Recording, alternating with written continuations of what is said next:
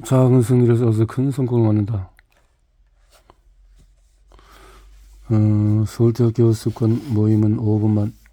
대학교 습관 모임 5분만은 2013년부터 19년까지 총 1225명의 서울대 학생들이 참여한 습관 프로젝트입니다. 5분만이라는 이름에서 알 수 있듯이 하루에 딱 5분만이라도 각자 원하는 습관을 실천하는 것이 목표였습니다. 아시다시피 서울대학교는 대학명에서 가장 공부하는 학생들이 모이는 곳입니다. 때문에 서울대생들이 다들 의지가 강하고 완벽한 습관을 갖고 있을 거라고 여겨집니다. 하지만 이 학생들도 실제 생활에서 자신이 원하는 습관을 만드는 것이 쉽지 않았습니다. 습관을 만드는데 여러 번 실패하고 스스로에게 대한 자존감이 낮아진 경우도 많았습니다. 대학생이 되고 항상 다이어트를 하고 싶었는데 성공한 적이 거의 없어요.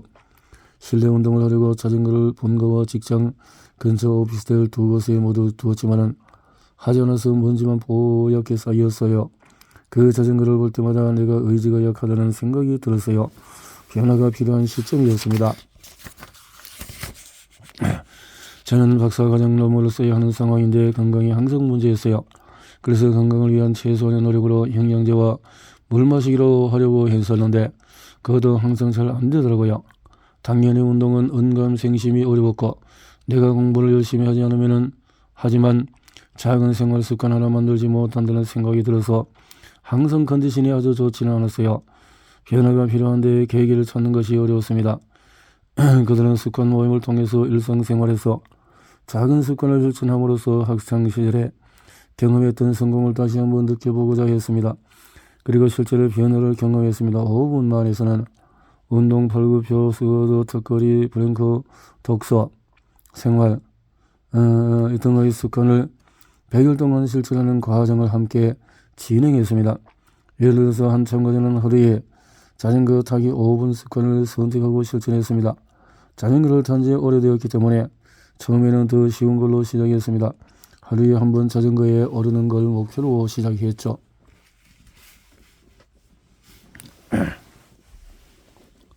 그 습관이 지속되면서 결국 누적 거리 2343km를 달성했습니다. 인천, 서울, 부산까지 자전거로 하는 국토 정주 거리가 633km인 것을 감안하면 자전거로 국토 정주를 3.5회 한 셈입니다. 이 참가자는 최종 감량에 성공했을 뿐만 아니라 일상생활에서도 자존감이 높아지면서 큰 활력을 되찾을 수 있었습니다. 또 다른 참가자는 10년 동안 평생 숙제처럼 안고 있었지만은 한 번도 성공하지 못했던 턱걸이를 습관으로 정하고 실천했습니다. 그동안 턱걸이에 단 한 번도 성공해 본 적이 없었기에 메달의 기부부터 시작해서 미션의 수준을 조금씩 높여갔습니다. 결과 턱걸이를 3개 정도 할 수 있게 되었습니다. 물론 원래부터 운동을 좋아하는 사람과 비교하면 아주 큰 변화는 아닐 수 있습니다. 하지만 불가능하다고 생각했던 것을 스스로 성취해냈기에 공부로 상을 받는 것보다도 훨씬 더 소중한 변화였다고 합니다. 서울대학교 습관 모임 5분만을 통해서 얻게 된 가장 큰 교훈은 작은 성공 경험은 언제 어디서나 필요하다는 것입니다. 큰 성공을 경험했던 이들에게도 작은 성공 경험은 지속해서 필요합니다.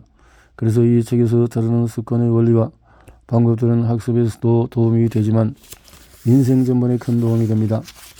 만일 이 원리와 방법들을 계속 활용하고 실천한다면 성인이 된 후에도 분명 큰 효과를 경험할 수 있을 것입니다. 대시동 캐슬 학습센터의 수학습관 공부.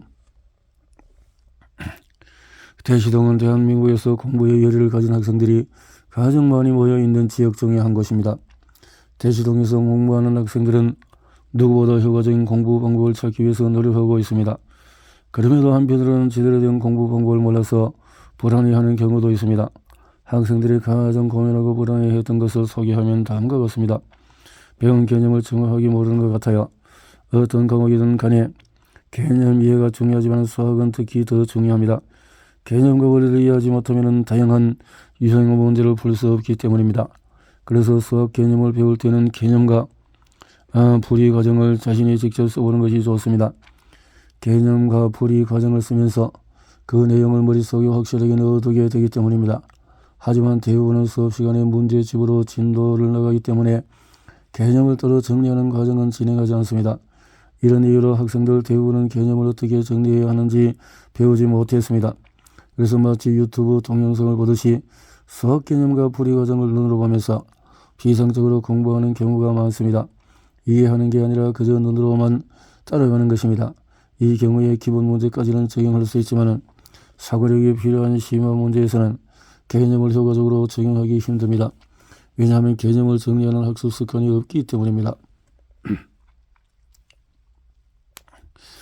문제를 풀면 답은 맞는데 풀이를 잘 쓰지 못해요. 이 경우도 마찬가지입니다. 흔히 이런 말들을 합니다. 아는 것 같은데 설명하려니 정확히 생각나지 않는다. 머릿속으로는 알겠는데 글로는 못 옮기겠다. 왜 이런 일이 생기는 걸까요? 실제로는 잘 모르기 때문에 그렇습니다.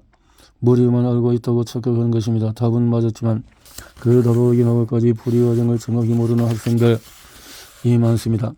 개념 정리가 안 된 경우와 마찬가지로 이런 학생들도 평소 문제를 풀 때 충분한 시간을 두고 집중해서 문제 풀이를 써보는 습관이 필요합니다.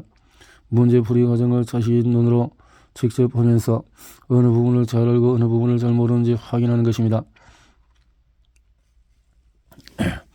이때 풀이 과정을 쓰는 방법을 배우는 것도 중요합니다. 글씨를 잘 쓰지 못하는 학생들의 경우에는 줄노트에 맞춰서 글씨 쓰는 연습부터 해야 할 수도 있습니다. 문제 풀이를 잘하고 잘 쓰기 위해서는 문제 풀이하는 정확한 방법을 배우고 충분히 익숙해질 수 있을 때까지 연습하는 과정이 필요합니다. 문제를 틀리면 고민하지 않고 바로 해답을 봐요. 학부모님과 학생들 모두 틀린 문제가 생기면 충분한 고민이 필요합니다.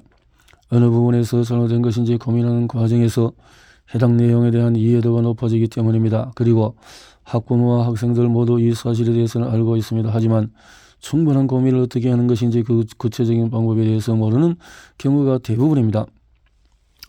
문제풀이 과정 중에서 어느 부분을 모르는지 확인한 후에 정해진 시간을 두고 고민하는 것이 효과적입니다. 소개된 사례들을 보면 학생들의 문제는 실제로 공부를 하지 않는 것이 아님을 알 수가 있습니다. 가장 큰 문제는 자신의 고민을 구체적으로 어떻게 해결할 수 있는지 그 방법을 모르는 것이었습니다. 다시 말해서 제대로 된 학습 습관을 만들지 못했으며 그 방법을 모르는 것이 문제의 핵심입니다. 대시당 개설 학습센터에서는 학생들을 대상으로 몇 가지 방법을 실천하고 있습니다. 수학 수능 후에 배운 개념을 외워서 써보는 백지 개념 테스트, 매 수업 4문제씩 실제 서술형 기출문제들의 풀이를 써보고 피드백을 받는 서술형 노트풀이, 수업 시간에 선생님이 필기한 것을 기록하고 문제를 포스트잇에 간단히 적어보는 포스트잇 풀이 노트가 그것입니다. 처음에는 대부분의 학생이 이런 수학 습관을 어색해합니다. 왜냐하면 이전에는 한 번도 이런 방법을 경험해 본 적이 없기 때문입니다. 하지만 체계를 갖춰서 습관을 공부하면서 점점 익숙해지고 100일, 200일 시간의 벽을 세우면서 자연스럽게 실력이 향상됩니다. 그 과정에서 자신이 작업한 개념 노트, 풀이한 문제지, 포스트잇 많이 붙어있는 교재를 보게 됩니다. 자신의 성공 경험을 눈으로 보면서 체험하게 되고 급기야 수학에 좋아하게 되는 신기한 경험을 하게 됩니다. 학생들의 공부는 즐겨야 잘하게 되는 게 아닙니다. 학습 습관을 만들고 연습을 통해서 공부를 잘하게 되면 자연스레 즐기게 되는 것입니다. 대시동 습관 공부 모임에 참여한 학생들은 대부분 수학 실력이 향상됩니다. 하지만 이보다 더 중요한 것은 이런 과정을 통해 형성된 습관들이 다른 과목까지 확대된다는 점입니다. 노트를 정리하고 포스트잇에다 배운 내용을 정리하는 습관은 수학뿐만 아니라 모든 과목에 적용할 수 있기 때문입니다. 당장 성적을 올리는 1차원적인 공부를 하는 게 아니라 공부를 잘할 수 있는 방법을 배우는 것입니다. 수학에서 성적이 오른 학생들은 그 방법을 전체 과목에 적용합니다. 그리고 각 과목별로 맞춤형 학습 습관을 만들어가며 더 큰 성공을 경험하고 있습니다. 습관 공부를 활용해서 학생들이 반드시 해야 하는 교과 공부에 적용한다면 더 큰 성장의 기회를 얻을 수 있습니다. 1부에서는 학습 습관이 왜 중요한지, 학습 습관을 형성하는 원리는 무엇이 있는지 알아보았습니다. 2부에서는 앞서 언급한 학습 습관 형성의 원리를 어떻게 적용할 수 있고 어떤 효과가 있는지 카이스트 학습 습관 챌린지 사례를 통해 살펴보고자 합니다. 카이스트 학습 습관 프로젝트는 무엇이 특별할까? 습관은 노력하고 실패하고 다시 시작하는 과정을 반복하며 만들어집니다. 학생들은 힘들어도 목표를 향해 꾸준히 노력했고 원하는 것을 이루는 경험 자체가 큰 자산이 되었다고 합니다. 무엇보다도 중요한 것은 포기하지 않고 끝내 했다는 성취감을 통해 새로운 목표에 도전할 수 있는 힘을 얻었다는 점입니다. 누구나 학습 고민을 가지고 있다. 습관의 원리를 알고 실천하면 습관을 만드는 데 도움이 될 수 있을까요? 카이스트 영재원에서 학생들을 대상으로 학습 습관 챌린지를 진행했습니다. 이 챌린지는 학생들의 습관의 중요성과 습관의 원리를 이해하고 자신이 갖추고 싶은 습관을 만들 수 있는 기회를 제공하기 위해서 진행되었는데 챌린지에 참여한 학생들은 자신의 학습 습관을 만들고 성장할 수 있는 좋은 기회라고 생각해서 자발적으로 참여를 결정했습니다. 좋은 학습 습관 갖기 위해서 첫 번째, 학습 습관이 형성되어 있지 않아 고민이 많았습니다. 계획을 세워서 실천해 보려겠는데 매번 실패했어요. 숙제를 미루는 날이 생기더라고요. 꾸준히 실천할 수 있는 좋은 습관을 만든다면 챌린지에 참여한 학생들은 먼저 학습 습관이 왜 중요한지, 습관이 어떻게 형성되는지, 어떤 학습 습관들이 있는지 등에 대해 강의를 들었습니다. 이후에 나만의 학습 습관을 만들기 위해서 계획을 세우고 8주 동안 이를 실천했습니다. 또 친구들과 실천한 내용을 온라인상에 공유하는 시간을 가졌습니다. 이런 과정을 통해서 학생들은 자기만의 학습 습관을 만드는 경험을 할 수 있었습니다. 카이스트 영재들이 선택한 6가지 습관은 챌린지에 참여한 학생들은 스스로 자신이 갖고 싶은 습관을 선택했습니다. 학습 습관을 만드는 첫걸음이 바로 학생 스스로 자신에게 맞는 습관이 무엇일지 고민해보는 것이기 때문입니다. 카이스트 학습 습관 챌린지에 참여한 학생들은 어떤 습관을 선택했을까요? 6가지. 첫 번째, 학생들이 선택한 습관 중에서 가장 많았던 것이 문제집 풀기였습니다. 문제집 풀기는 문제집의 분량이 정해져 있기 때문에 시작과 끝을 명확하게 알 수 있다는 장점이 있습니다. 챌린지에 참여하며 문제집 풀기를 선택한 학생들은 주로 수학, 국어, 영어 과목 중에서 한 가지 과목의 문제집을 선택해서 매일 몇 문제씩 꾸준히 푸는 것으로 습관을 만들고 싶어 했습니다. 어린 학생들은 단순하게 문제 푼 것만으로 인정했고, 또 어떤 학생들은 문제를 풀고 채점한 후에 오답 노트를 정리하거나 문제풀이 과정을 기록하기도 했습니다. 문제집 풀기 인증 사진은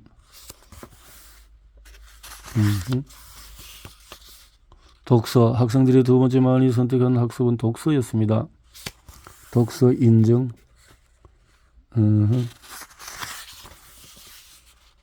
학생들이 실천한 독서 방식은 다양했지만 하나의 공통점이 어떻게든 최대한 독서를 실천할 수 있는 환경을 조성하며 독서를 습관으로 만들어 갔다는 점입니다. 노트 정리는 앞서 말했듯이 수업 시간에 배운 내용인데도 문제풀이에 적용하지 못하는 이유는 개념을 제대로 이해하지 못하기 때문입니다.